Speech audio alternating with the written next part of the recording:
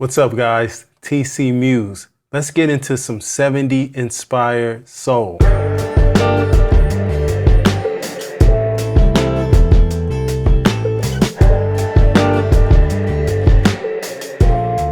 All right, so today we're doing 70s inspired soul, inspired by my man Levin Kali and his song Pieces. Let's go ahead and jump into it. We're gonna start with the drums. Right before we start with the drums, let me just tell you what BPM and quantize we're using. We're at 80 BPMs today. Our quantize is 16th notes, 75% strength and sensitivity. That's gonna be a set it and forget it. Let's move on. All right, for the drums, I got a new toy over here. I got Addictive Drums 2. They were having a sale, so I picked it up. I picked up the Vintage Soul and R&B, the Vintage Dead, and the Vintage Dry. I thought those kits really would suit my needs here, but I'm really digging what they got going on here. But let me tell you what I'm using today. I'm using the Modern Soul and R&B pack, and I'm using the preset Demo song. I think the only thing that I did was I tuned down the drum just a little bit, maybe compressed it a little bit more. We'll get into Addictive Drums too. There's, I'm sure, a lot of tutorials and walkthroughs on it. It's pretty nice, and it really fits the vein of this 70 soul that we're doing today.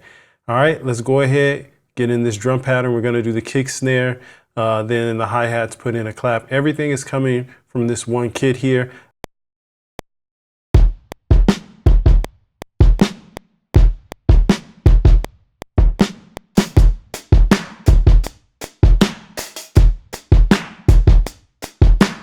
Hey man, if you made it this far, do me a favor.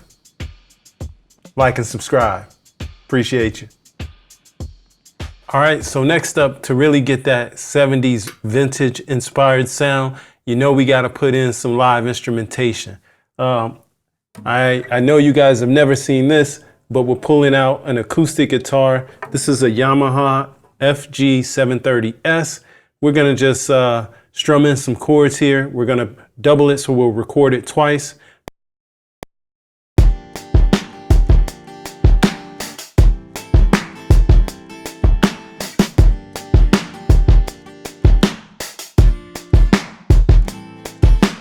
All right, that's the first one. Let's go ahead and get in the double.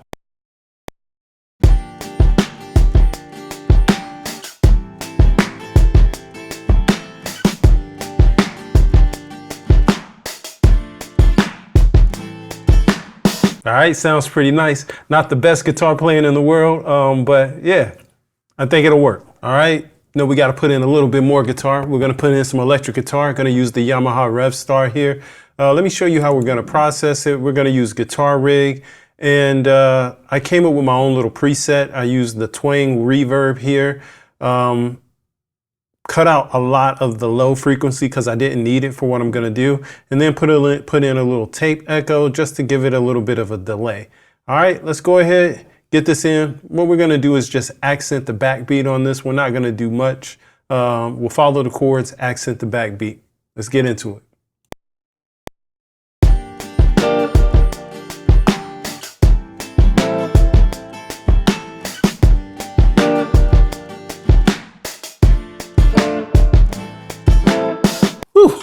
Let me just go ahead, clean up right quick, put my little fancy footstool away, wrap up these cables.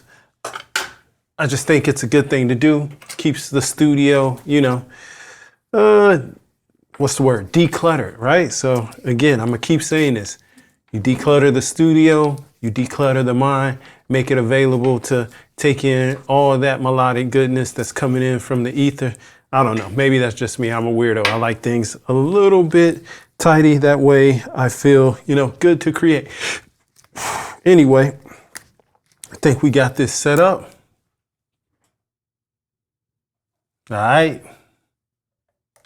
right, cool, we back at it.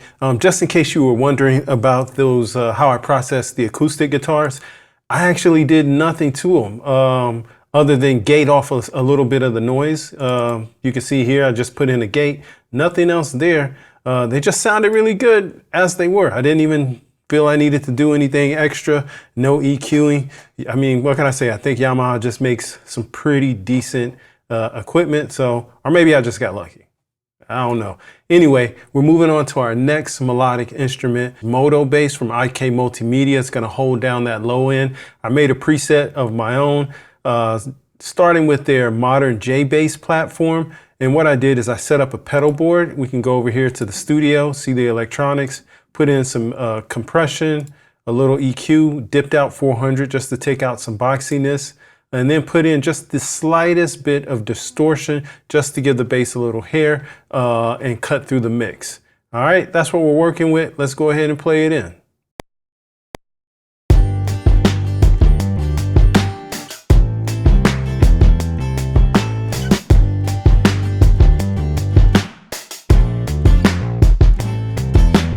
Next up, we're gonna put in a little keyboard, a little Rhodes sound, courtesy of XXV Sovereign Soul. Link below down in the description if you want to pick that up. It would really help the channel. And if you're not ready to make the purchase of the XXV full kit, you can check out the XXV beta kit. Also completely free down at the link in the description. All right, let me show you what we got here. There we go. We're using the 4-wah preset. So I'm going to put in these keys, but be reminded, I'll explain them later in further detail in the lesson after the session, after I play the full demo. But for now, let's go ahead and get these keys in.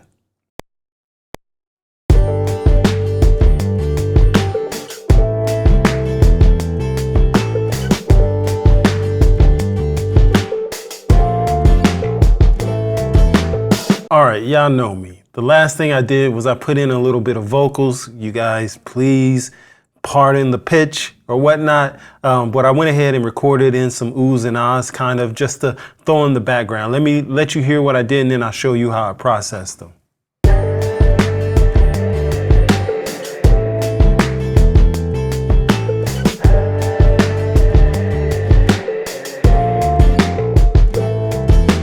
So as you can hear, those are hitting some type of reverb, and they've been processed a little bit. So let's just start with each individual take. So on the first take and the second take, all I did was put in a little stock compressor, and I used the gate function just to make sure I wasn't getting in any noise when I was recording these.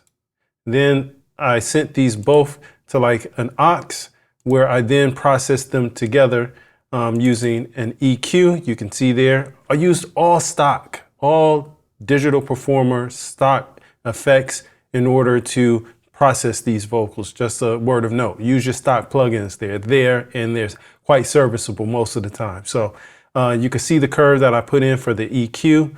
Then what we did is we compressed it. I think we compressed about between 3 to 5 dB. We pull back. Go back to the next one. Then I did a LA2A style compressor. You can see kind of did the same thing, another 2 to 3 dB. Keep hitting the wrong note there. Then I put in the delay, just a quarter note and, a quarter note at the bottom, an eighth note at the top. Blended that in about 10%. Lastly, we put in the proverb, which basically gave it that wash to drown it in reverb and give it that underwater feeling. And then just to level set and make sure everything was gained correctly, I just added 12 dB of gain, because after I washed everything out, we kind of lost some volume. So I pushed it back up, and that way I could kind of, mix by numbers. You guys know my mixing strategy. But yeah, that's how I process those vocals. And that brings us to just about the end of our loop. And we're going to, go ahead and expand it out so we have a full sequence. Give me a second.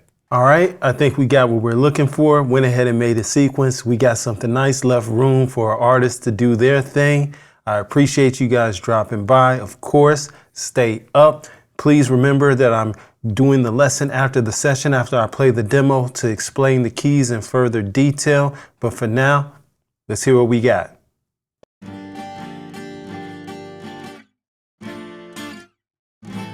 TCM.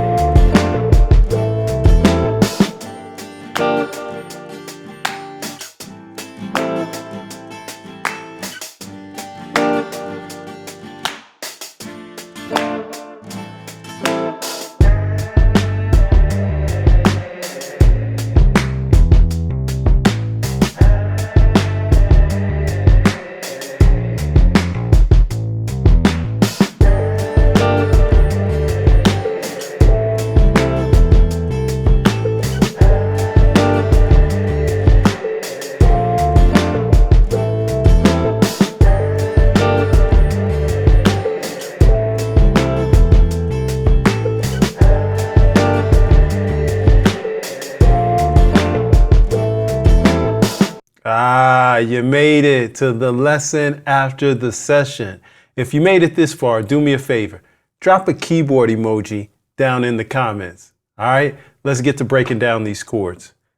So today we're in the key of F major, but of course we're doing our sequence that's revolved around the minor keys or the minor scale degrees in the key of F major. So we're going to be using a G minor 9. Well, hold on. I'm going to throw all of the chords on the screen right now so you can see them. Now let's go over them. Sorry. We're going to G minor 9, an A minor 7, and then we're also going to use a B flat major 7. So it's only 3 chords, but you'll see the whole sequence there because I'm bouncing back and forth between that G and the A, and then the B flat in the A. I don't know if I said B major or B flat major 7, but it's a B flat major 7. All right, let's go ahead, spell these chords right quick, and I'll show you what I'm doing with the trill on top and why it works. All right. So before we get into this, you're going to hear that I'm doing this G to A type movement.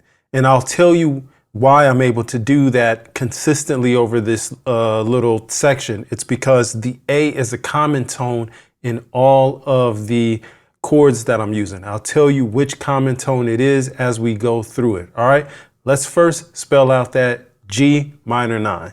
So that's going to be a G and D in the left hand. And then, of course, like I said, we're doing that trill. So in this case, the G and the D are just the first and the fifth, or the root and the fifth of the G minor 9. And that G to A is the root, and that A is going to act like the ninth, because it not act like the ninth, it is the ninth of a G minor 9. So that's how it's spelled. This is how it sounds. All right, then we're going to move over to an A minor 7, which will be an A and an E in the left hand. So again, a root and a fifth. And then as we do the G to A trill, the A now is the root of the A minor 7. And it sounds like this. Go back to that G minor 9, doing the same thing.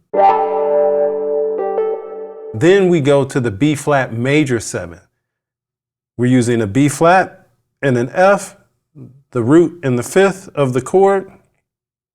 And then in this case, the A is the major 7th to the B flat. Back to that A minor 7. That is a technique that you can also put into your playing, where you use a common tone across the chords. That way you're able to kind of get that little earworm and that little embellishment as part of your composition. All right, enough of that. Let's play it around twice just so you can get it in your hands. I'm going to put the metronome on so you guys can play it with me. We're at 80 BPMs, all right? Here we go.